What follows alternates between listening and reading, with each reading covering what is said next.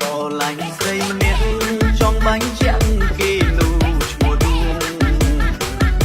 មិនមែនបំលបងស្រឡាញ់ដួងអង្គពីចិនដាស្នេហ៍តាំងពីយូរមកហើយតាំងនៅសិក្សាដល់ពេលនាងចិនធ្វើការក៏នៅស្នេហ៍គឺបែងដូងនេះដាក់បាញ់ជា